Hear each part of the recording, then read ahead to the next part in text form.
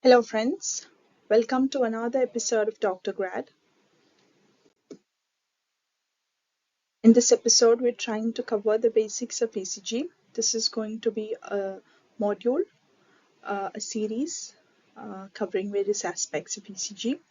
This is the first chapter of it, where we are trying to understand basics of a normal ECG pattern.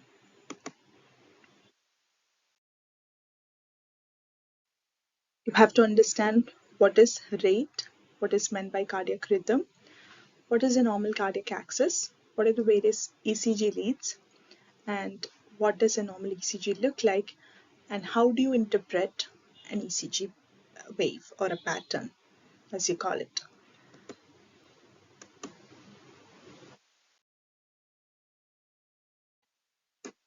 So ECG, as you know, stands for electrocardiography. It is the graphical representation of electrical activity of the heart. So electrical activity originates at the SA node and then it transmits to the AV node. From there, through the bundle of His, it reaches right and left bundle branches. And then through the Purkinje fibers, it reaches the ventricular musculature. And that is the slowest part of the whole electrical transmission. That is through the Purkinje fibers.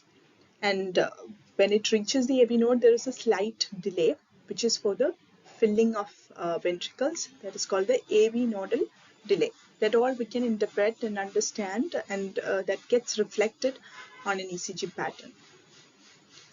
So you know what is meant by rate. Rate is the number of times the SA node fires in a minute, or the number of times heart beats in a minute. So that the unit of rate is beats per minute. It is normally 60 to 100 in an adult. But when you talk about rhythm is a part of heart that is controlling the activation sequence, the whole electrical activation sequence. In a normal scenario, it is the sinoatrial node or the SA node, which is called the pacemaker of heart. That is called sinus rhythm. You might have seen in various ECG, your PG or some seniors would write ECG NSR. That is normal sinus rhythm. That is the interpretation of that particular ECG. So that is the normal scenario. In other scenarios, we might have a different part of the heart which is controlling the activation sequence. So when it comes from the ventricle, you might call it idioventricular rhythm or supraventricular rhythm. It's a kind of arrhythmia, or it's an abnormal rhythm. So rhythm, when it is normal, it is sinus rhythm. When it is abnormal, it could be anything other than sinus rhythm. So this is the figure of a normal ECG pattern. Here we have different waves, different segments, different intervals. We'll try to analyze them and understand them in detail. So we have waves, segments, and intervals. Normally they'll have a fixed duration and fixed amplitude. Duration is normally told in seconds, and amplitude in millivolt.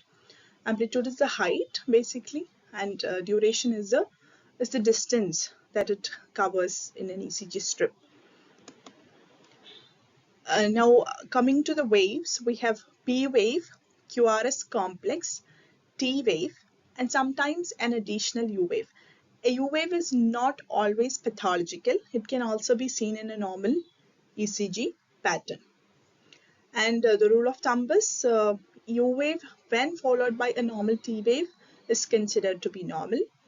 U wave when followed by an abnormal T wave like a T inversion or any other abnormality in the T wave, then it is considered to be pathological.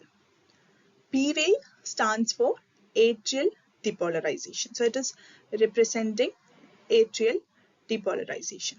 So both atria depolarizes, then they contract. The depolarization is not same as the contraction. Depolarization is the electrical activity.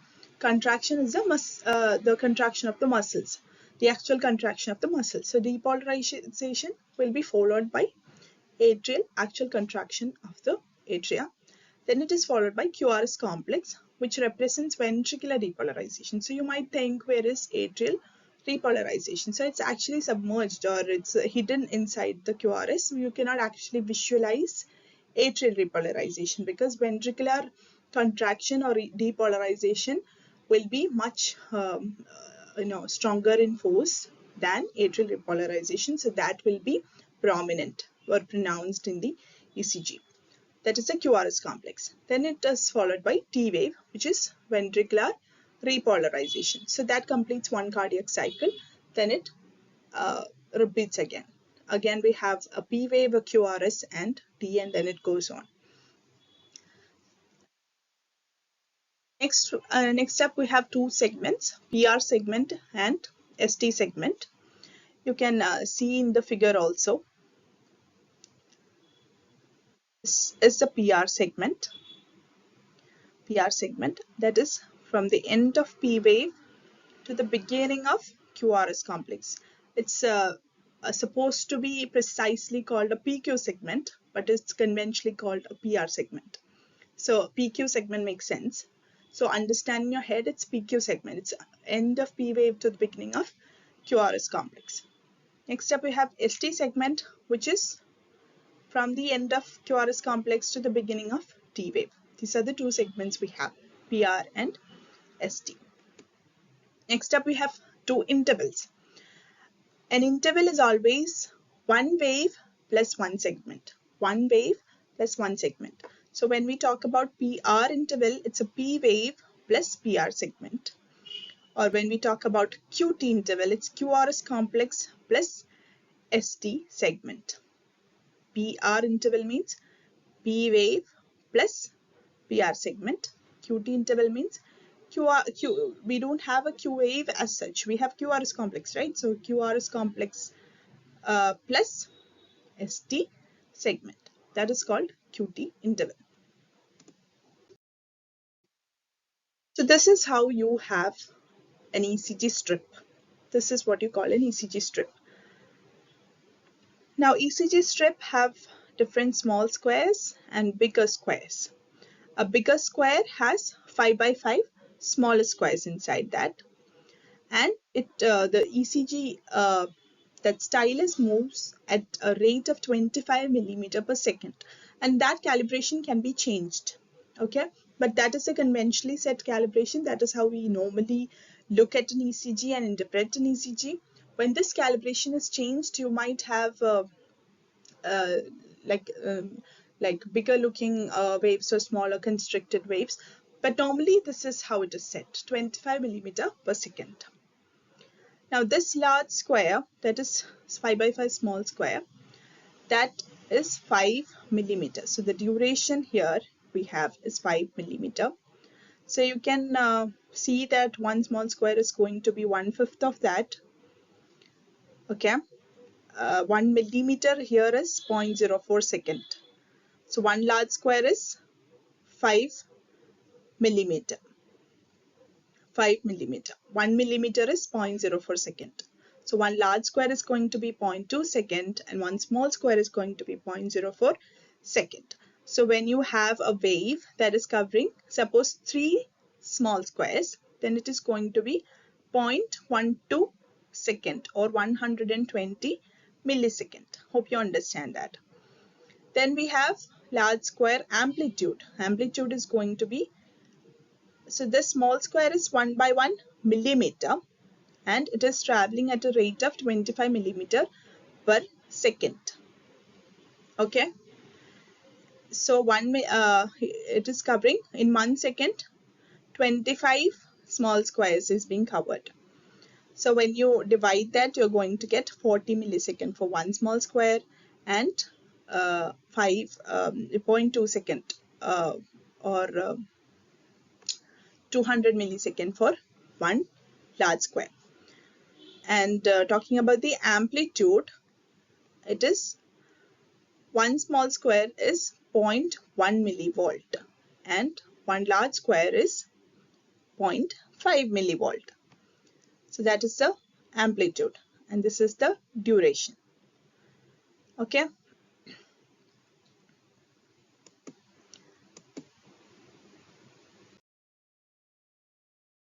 Okay, now let's see the duration and amplitude of different waves and intervals. We have seen an ECG has different waves, different segments, and different intervals. Talking about the P wave, the normal duration and amplitude of a P wave is around 3 small squares in duration, that is around 120 milliseconds, and less than 1.5 in chest leads and around 2.5 in limb leads. That is the amplitude. Okay, one small square in amplitude wise it is 0.1 millivolt. So less than 1.5 means less than 1.5 millivolt. No, that is corresponding only. But duration, one small square is 40 millisecond. So 3 small square means 120 millisecond. Yeah. Now PR interval. PR interval, what do we talk about? Interval. Interval is one wave plus one segment. So PR interval is P wave plus PR segment. So that is P wave itself is around 120. So PR interval is 120 to 200 millisecond. That is 3 to 5 small squares. In terms of interval, we cannot talk about the amplitude, right? Because it is one wave plus one segment.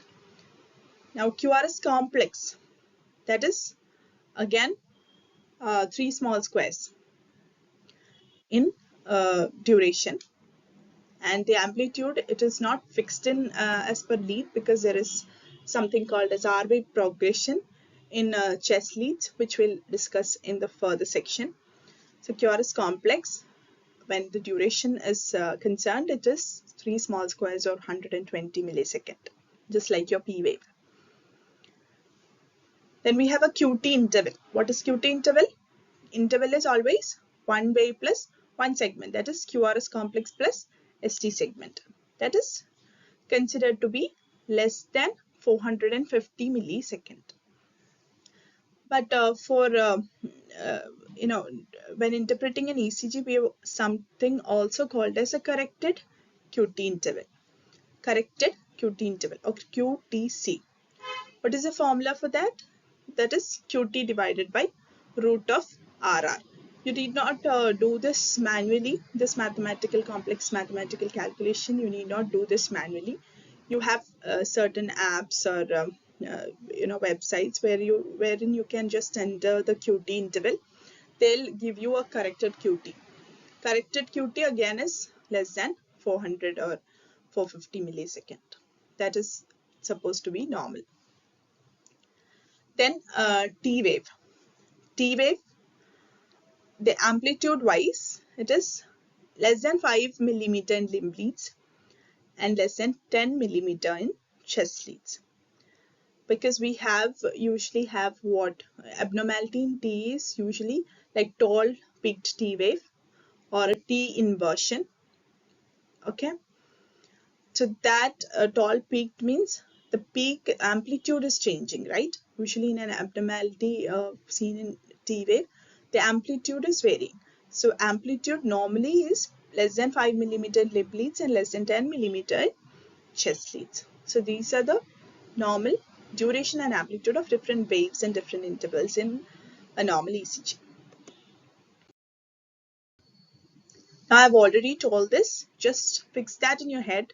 The depolarization is not the same as contraction. Depolarization is the electrical activity. Contraction is the actual contraction of the smooth muscle of the heart. So depolarization happens a little earlier than the contraction. Okay, now we have told what rate is. Now how do you interpret rate from a normal ECG? So ECG can be used to understand the rate, the rhythm, cardiac axis, right? Now you have seen what is rhythm. It is the site at which electrical activity originates. When it is originating from the or controlled, when it is controlled by the sinoatrial node, it's called a sinus rhythm. I'll show you what a sinus rhythm look like. I've shown it already. It is a P wave followed by QRS followed by a T wave. If there is any abnormality or if this one cardiac cycle is not followed by another, or there is skipping of P wave, or there is prolongation between two P waves, or if the intervals are intervals, that is one QRS of one P, the whole sequence of cardiac cycle, and the next QRS. If that interval, that is called RR interval, if that is not fixed or something, that is called an arrhythmia. We'll discuss that when we are discussing abnormalities in ECG. So that is concerned with the rhythm. Talking about the rate, how do you identify or calculate rate from a given ECG pattern, an ECG strip? So this is RR interval. RR interval, we told it is, we have QRS of one whole cardiac cycle, and the next QRS of the next cardiac cycle, the one which follows. The interval between them in terms of duration is called RR interval. Now, if you are taking RR interval, the rate is calculated as 300 divided by number of large squares in that RR interval. And you have some, if you need to remember it just like that, if you can memorize this table. If RR interval is one large square, heart rate is going to be 300 because it is going to be 300 divided by 1. If it is going to be 2, it is going to be 150 because it is 300 divided by 2. If it is 3, the RR interval, number of large squares in an RR interval is going to be 3, then it is, heart rate is 100, 300 divided by 3. Again, like 475, when RR interval in terms of large square is 5, heart rate is 60, and RR interval in terms of large square, if it is 6, then heart rate is going to be 50.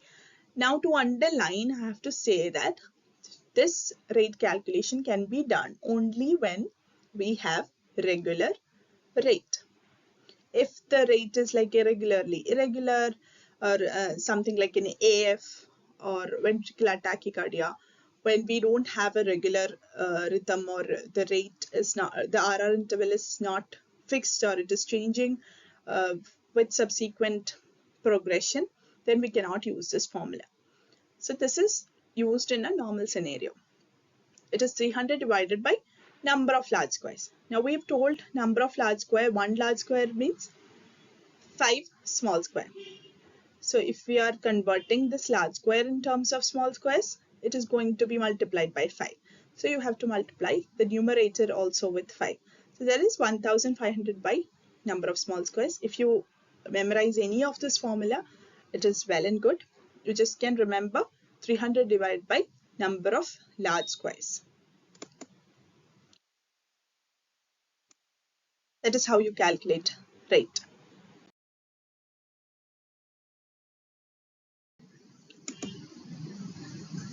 Now we'll see what are various ECG leads.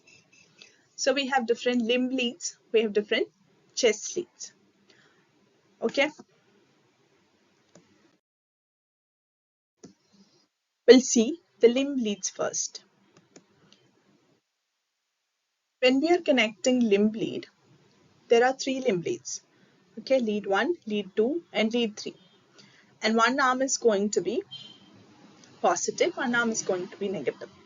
Or if you're taking the foot for that matter, if your arm is negative, foot is going to be positive.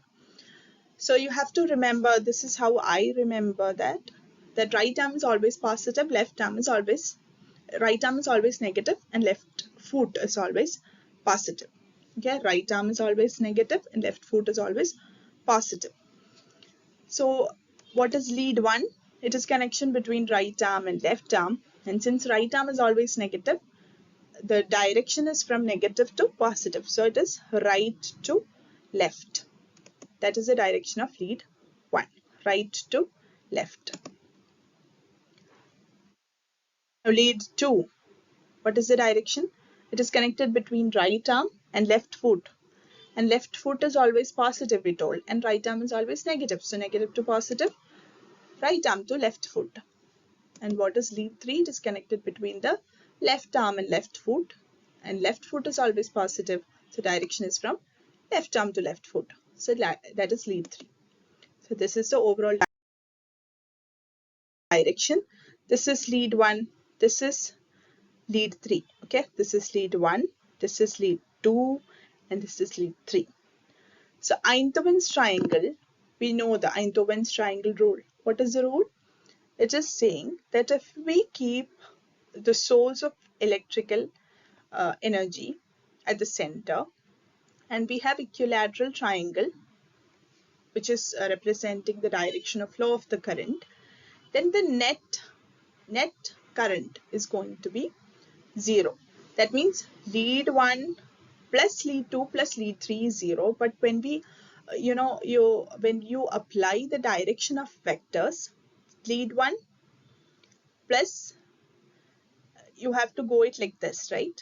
Go it like this, then it is going to be 0. So lead 1 is in positive direction, lead 3 is also in positive direction, lead 2 is supposed to go like that, to notate it like 0. So lead 2 is in the negative direction, so it is going to be lead 1 plus lead 3 minus lead 2 equal to 0. So when you take minus lead 2 to the right hand side, it's going to be lead 1 plus lead 3 equal to lead 2. This is just Einthoven's triangle. You don't have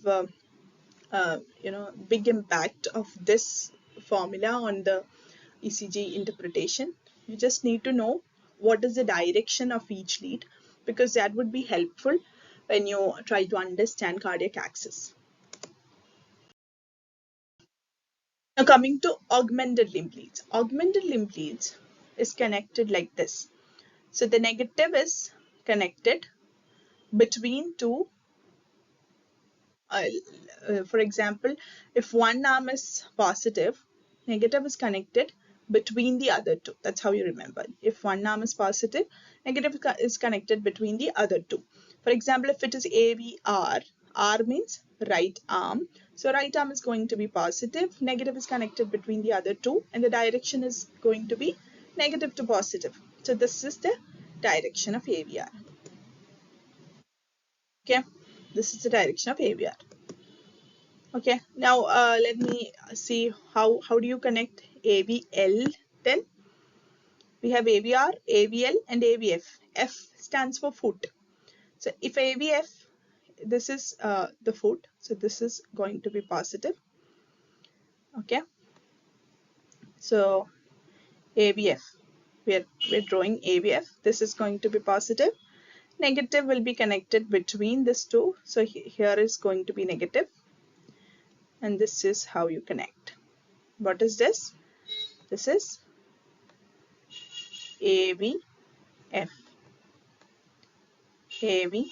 F stands for foot. Similarly, we have AVL. L stands for left arm. Left arm is going to be positive. Negative will be connected between the other two.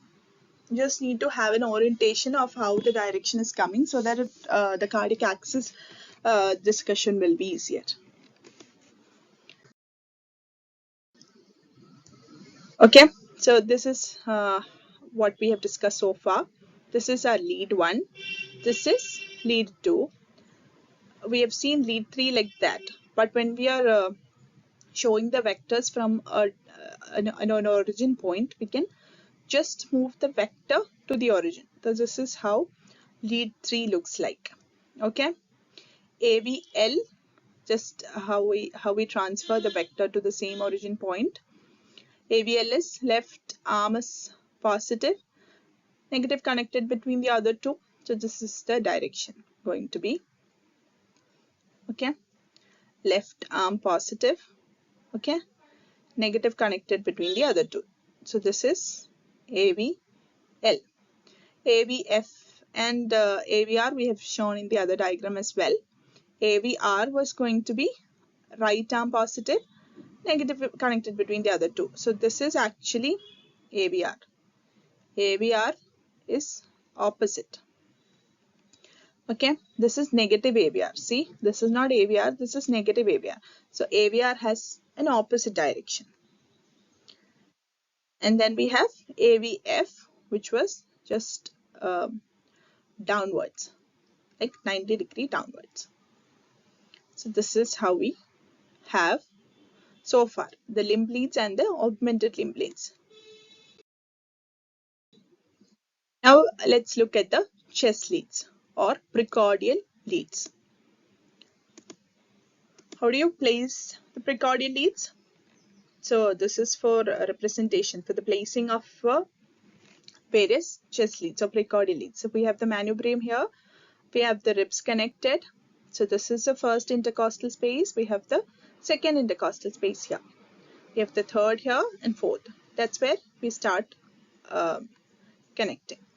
Fourth intercostal space to the right sternal margin is where we connect V1. Fourth intercostal space to the left sternal margin is where we connect V2.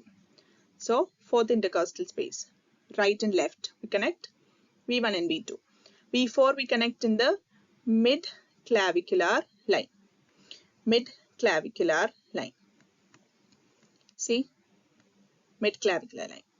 Then V5 anterior axillary line, V6 mid-axillary line, all in fifth intercostal space. Okay?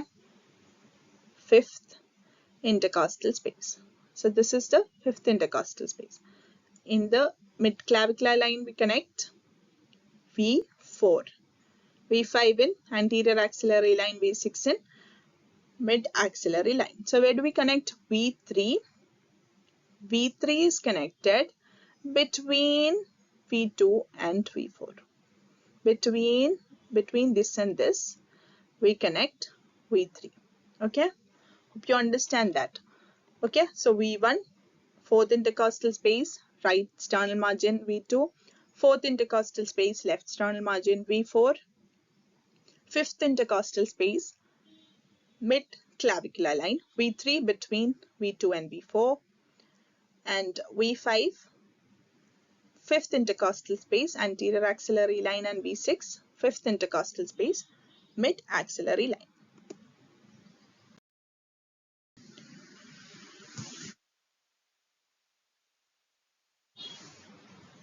Okay.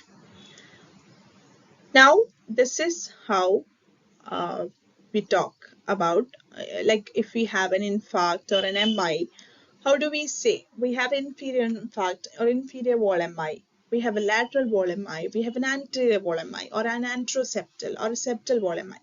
So how do you classify them? So this is how we classify. Lead 3, AVF and lead 2. They are called inferior because they are inferiorly facing. AVL and lead 1, they are lateral.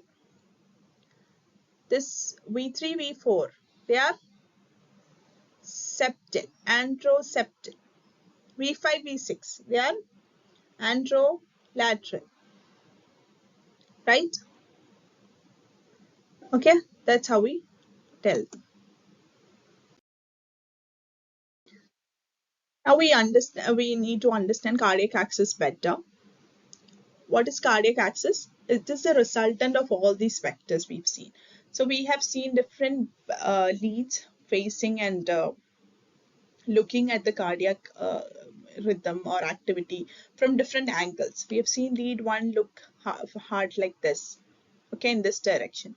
AVF was facing downwards, okay, lead 2 was like this, lead 3 was like this. Similarly, AVR was just opposite. So all of that we've seen. Now the resultant of this is called the cardiac axis, resultant of all of that, okay? That is the cardiac axis. And what is the normal axis? It is minus 30 to 90 degree. This whole thing is the normal axis. If it is between anywhere between minus 30 and 90, that's called normal axis, okay? What is left axis deviation? It is anywhere between minus 30 and minus 90. So how I'll show you how we call this 90, minus 90, 180. You might get confused. So this is 0. That is facing x-axis. Positive x-axis is 0. Negative x-axis is 180. That might not be confusing, right? This is 0. So this is going to be 180 for sure. But we are taking negative y-axis to be 90 for our conventional purpose, because that is how the normal thing is. So that we'll call positive. You know, conventionally we'll try to call normal thing as positive, right? So this is the normal thing, so we'll call this 90 instead of the notation convention like that is minus 90. This is going to be positive 90 because that is normal. So in terms of heart, this is normal. So this is positive 90. So this is going to be negative 90. So anything going anti-clockwise to 0. So we are taking actually clockwise as positive and anti-clockwise is negative. So anti-clockwise will be negative. Clockwise will be positive. So minus 30 to 90 is normal axis. Anything going anti-clockwise to minus 30 is going to be left axis deviation. Anything going beyond 90 degree up till 180 degree is called right axis deviation. And between minus 90 and 180, which is rare case, that's called extreme axis deviation. No man's land, which means it is not happening usually. That is extreme axis deviation. So normal axis is 11 o'clock to 5 o'clock or minus 30 to 90 degree.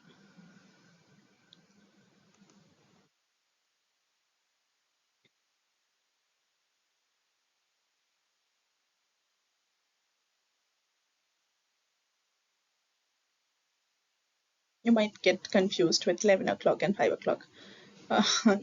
Just forget that. It's minus 30 to 90 degree. Minus 30 to 90 degree. Right axis deviation is seen in right ventricular hypertrophy or RVBB. Left axis deviation is seen in left ventricular hypertrophy. It is more seen in conduction defect than in left ventricular hypertrophy. So it's usually seen in LVBB. Okay. So that is cardiac axis. Hope you understand that and it's clear. Now, how do you calculate cardiac axis from an ECG? We'll just see that. Okay, so we'll look at lead 1, lead 2, and AVF. Okay, basically we can look at any three leads. We are usually looking at lead 1 and lead 2, and also AVF. Now, lead 1, if it is positive, so we are considering lead 1 as positive. This is the usual direction of lead 1, right? So we'll say that it is covering this half circle.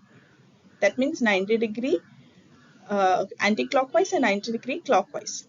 That's how we calculate that. Now, what about lead 2? What is the direction?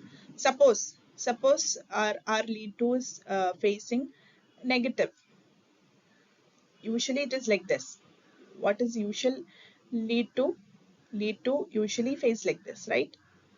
This is normal lead 2. Suppose in our axis, this one. Okay, I'll talk about how do you identify whether lead 1 is positive from an ECG. So lead 1, when you are trying to calculate lead 1, whether it is positive or negative from an ECG, look at the pattern in lead 1. If it is like this, QRS is like this, that means R is more than S. R more than S, or it is predominantly positive, right? The deflection is predominantly positive, then it's called positive. Positive means normal. Normal is facing 0 degree.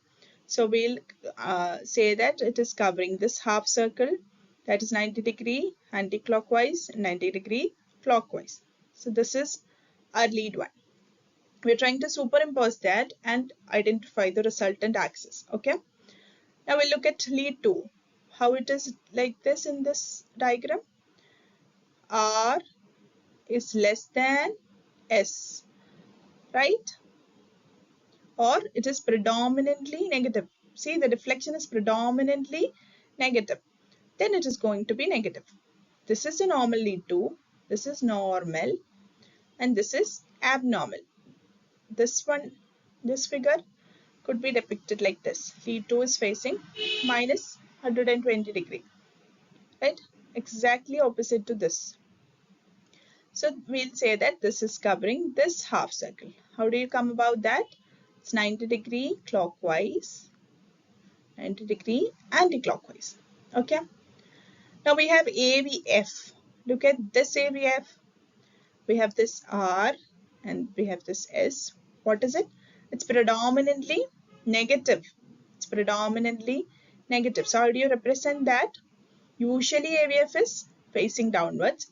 When it is negative, just like in this case, you have to show it like that. Okay. Then it covers half circle, 90° clockwise and 90° anti-clockwise. So this is this. Now, how do you identify the resultant cardiac axis? Resultant cardiac axis is calculated by superimposing all these three. Okay, so we have lead 1, this half circle, lead 2, this half circle, and AVF, this half circle. Now, where do they superimpose? All three coming together. This is the area, right? This is the area with all of that three coming. Lead 2 is coming here, true. AVF is coming here, true. And lead 1 is also coming here. So this portion of this whole circle, of this arc is where the three superimpose. That is minus 30 to 90. We told minus 30 to 90, what do we call that? Left axis deviation. Left axis deviation. And that is pathological, right? Our normal axis is minus 30 to 90. This is normal. This is normal. But in this case, the resultant is coming to be between minus 30 and minus 90. So that is left axis deviation. Hope that is clear. Okay. That's how you calculate cardiac axis from a given ECG. I'll talk a little bit about QRS complex. What do you expect in a QRS complex? What do you expect especially in the limb leads? Chest leads. There is something called R wave progression. So as you move from V1 to V6, what happens? The amplitude of R wave increases and amplitude of S wave decreases. Okay. So when this is the normal progression of R wave, it peaks actually in V5, not in V6. It's actually peaking in V5. And then it's a little bit less in V6. In V6 and all, there is absent S wave. That is the normal thing. When you get an S wave or a deep sitting S wave in V6 and all, it is going to be abnormal. This is called the R wave progression. So this is abnormal R wave progression because there is not actual peaking of R wave like we usually see. This is seen after myocardial infarction. So that is what I wanted to highlight. That is R wave progression, which is seen in precordial leads. Okay. So we have come to the conclusion of ECG, the basics of ECG. So there are 10 steps where you use an ECG to interpret an ECG. First, you look up at the rate. Rate, how do you calculate? 300 by number of large squares in RR interval.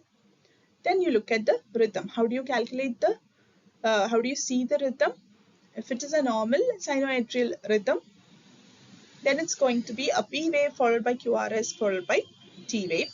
And the RR interval will be fixed. It will not be varying from one cardiac cycle to the other or two consecutive cardiac cycle to the next two. It will be fixed. Then you can see the axis, cardiac axis. We've seen how you calculate that. You can look at lead 1, lead 2 and AVF. You can calculate what they are. If lead 1 is positive, lead 2 is positive, AVF is positive, then it's going to be a normal cardiac axis, which is lying anywhere between minus 30 to minus 90, minus 30 to plus 90. Or if it is lead 1 is positive, lead 2 is negative, AVF is negative, then you're going to get left axis deviation. So that's how you calculate cardiac axis. Then you can look at the various waves intervals. So you have P wave followed by PR interval. PR interval is P wave plus PR segment. So any interval is one wave plus one segment. So P wave plus PR segment. Then you have Q wave.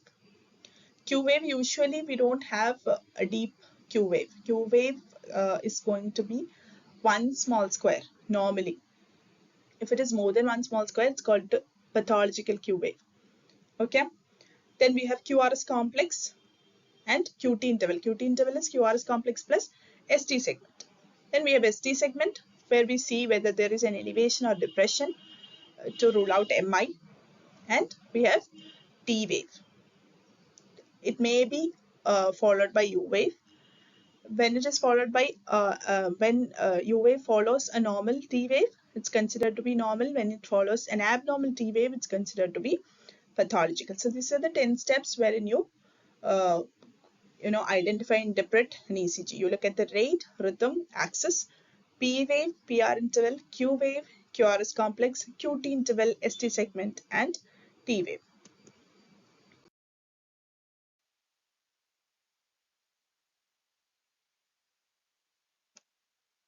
Okay.